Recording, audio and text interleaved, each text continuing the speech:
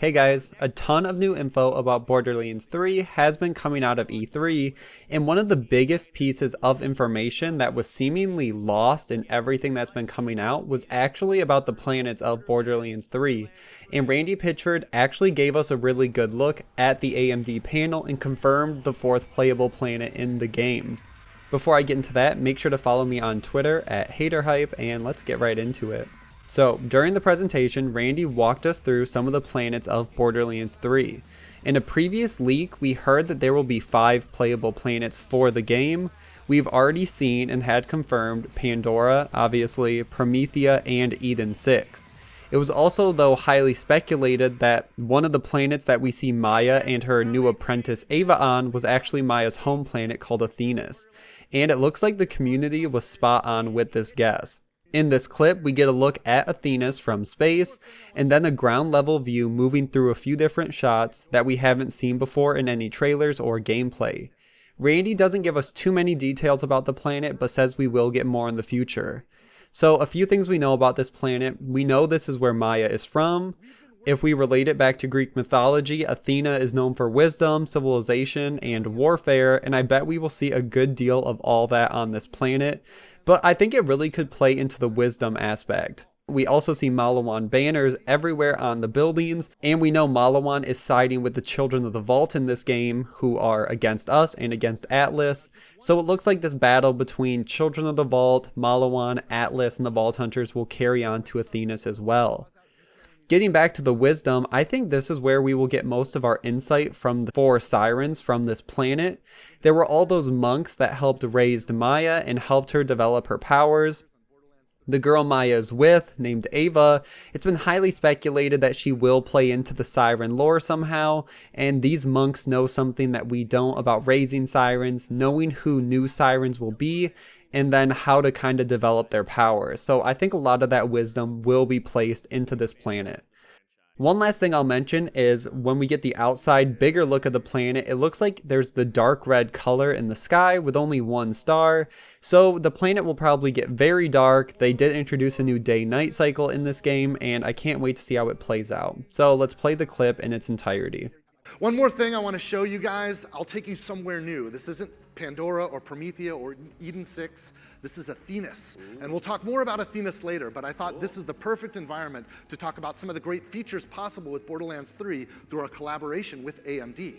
We've been working with AMD to incorporate a technology suite called FidelityFX.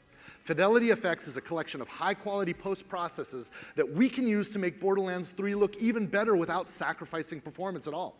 It takes advantage of the latest features of Radeon RX 5000 series GPUs to accelerate performance, including the use of rapid packed math. Now, just one example of how we're using FidelityFX in Borderlands 3 is contrast adaptive sharpening. The dynamic sharpening filter draws out detail in these low contrast areas while improving image quality and clarity and maintaining steady frame rates. When designers, artists, and programmers at Gearbox Software work together with AMD engineers on Borderlands 3 to combine sophisticated technology with handcrafted, talent-driven art and design, the results are simply beautiful. All right, that's a little sneak preview. So that's all I have to say about Athenas, but they did show off the other planets as well with some brand new gameplay. So we get a space view of Promethea, which is surrounded by an asteroid belt. Quick side note is that's actually something they wanted to do with Pandora originally way back in Borderlands 1. Even around the same time as the realistic graphics, they had a lot of early models for this in-game, but it did not end up getting implemented, which is just a little fun fact.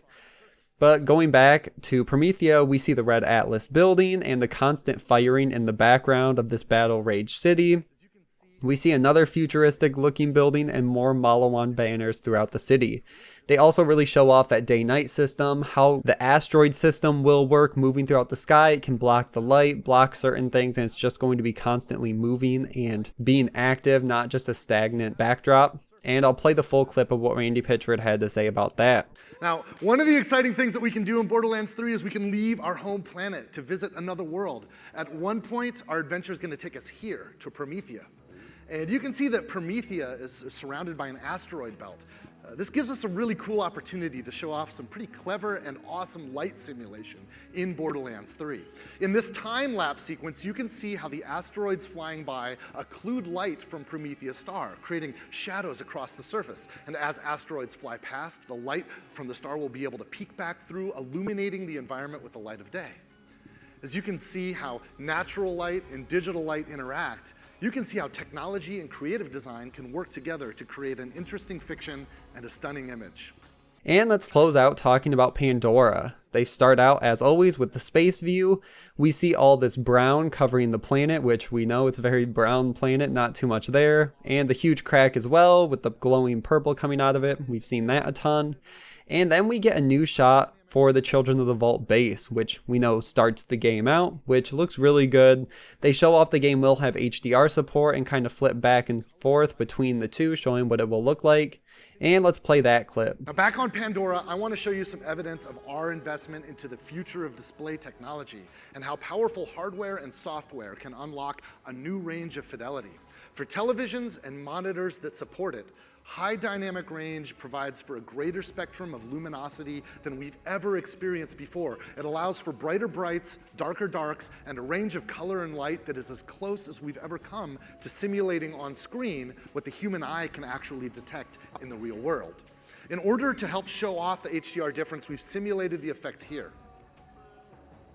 Now without HDR, this is what the scene would normally look like. It's pretty nice, but this is the same scene in HDR, much more vibrant and alive. Do you see the difference? Well, look again, back to standard, and now with HDR. Cool.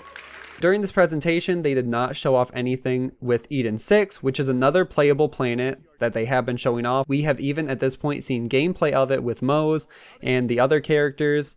It's where the Jacobs estate is located, and we still aren't certain about the 5th playable planet, if this leak is to be believed. There's a ton of planets it could be, so we'll just have to wait and see. And that's where I'm going to end this video. Thank you guys so much for watching. Make sure to like and share, subscribe for all things Borderlands, and I will see you guys in the next one.